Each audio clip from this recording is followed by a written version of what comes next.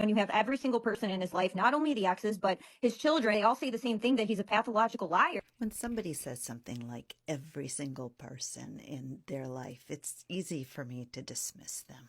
I just want to make sure that we stay on track in finding out what happened to Charlie Kerr. So when Candace did this live on X, I think it was the 29th, time is a blur, there were a few that really disagreed with her.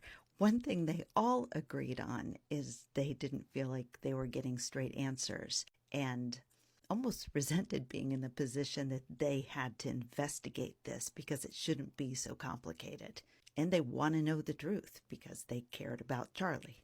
He said that somebody named Neff, Captain Neff, was the one who questioned him. So rather than speaking to his son from 22 years ago, I think the people would say, why don't you speak to somebody who's on Fort Huachuca base now and see if there's a Captain Neff there? And we confirmed that Captain Neff and the 10th Brigade was there. He said it was an offsite building, a JTF offsite building. We spoke to people at the base and they told us this is the exact building, here's where it is in the map, and they are borrowing the space. He told us that this incident happened and the bomb dogs were called. So I made an effort and successfully got the police report.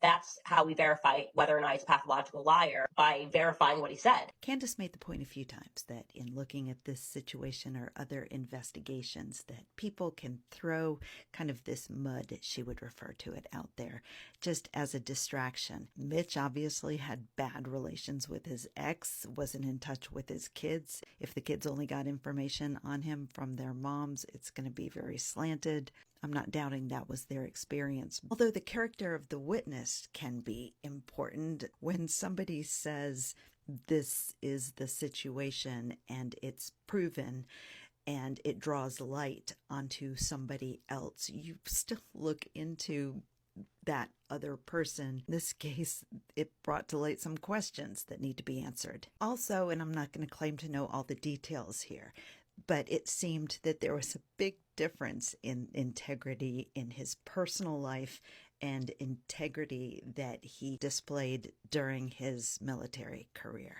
The reason he was at the base in the first place was that 35 years ago, he called out some dodgy, unscrupulous behavior regarding a cartel tunnel and what our government knew and was involved in.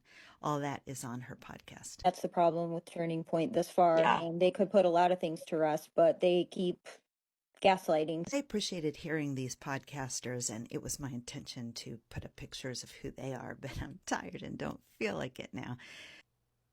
Forgot what I was going to say. For some reason, I just appreciated hearing them say they were sick of the gaslighting as well, because they are much deeper into it than I am. This man has made very specific allegations against very specific people with a time and a date. This is very easy to debunk. It could have made you look like a fool. That's an excellent point, because Erica Kirk has had no problem instructing her people to make Candace look like an idiot, lying about things that Candace had the receipts for. So if they could have debunked this immediately, they would have, because it would have made her look ridiculous.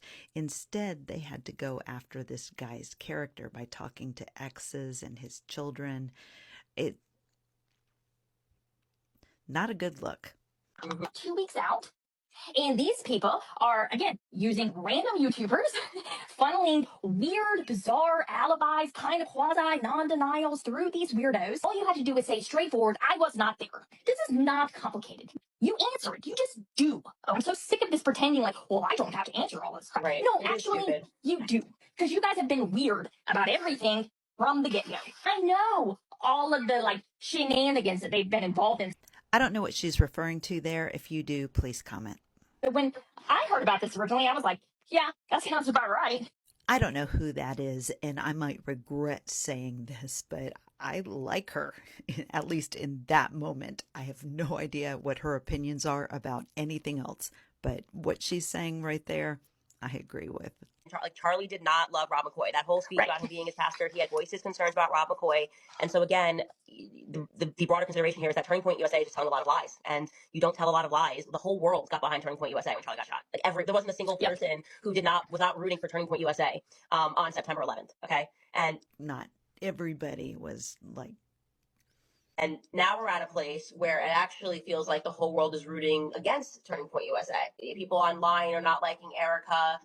I'm sorry, but are we going to pretend that that whole AmFest thing wasn't just like weird? Like we're popping up tents of like where somebody died. Let's respect the public that we're recognizing something's off and we want to know what it is that is off. And Andrew Colvett is definitely off. Okay. Like he is like off the chains. There have been just way too many lies, and there would be no reason to lie when you have the whole world on your side rooting for you.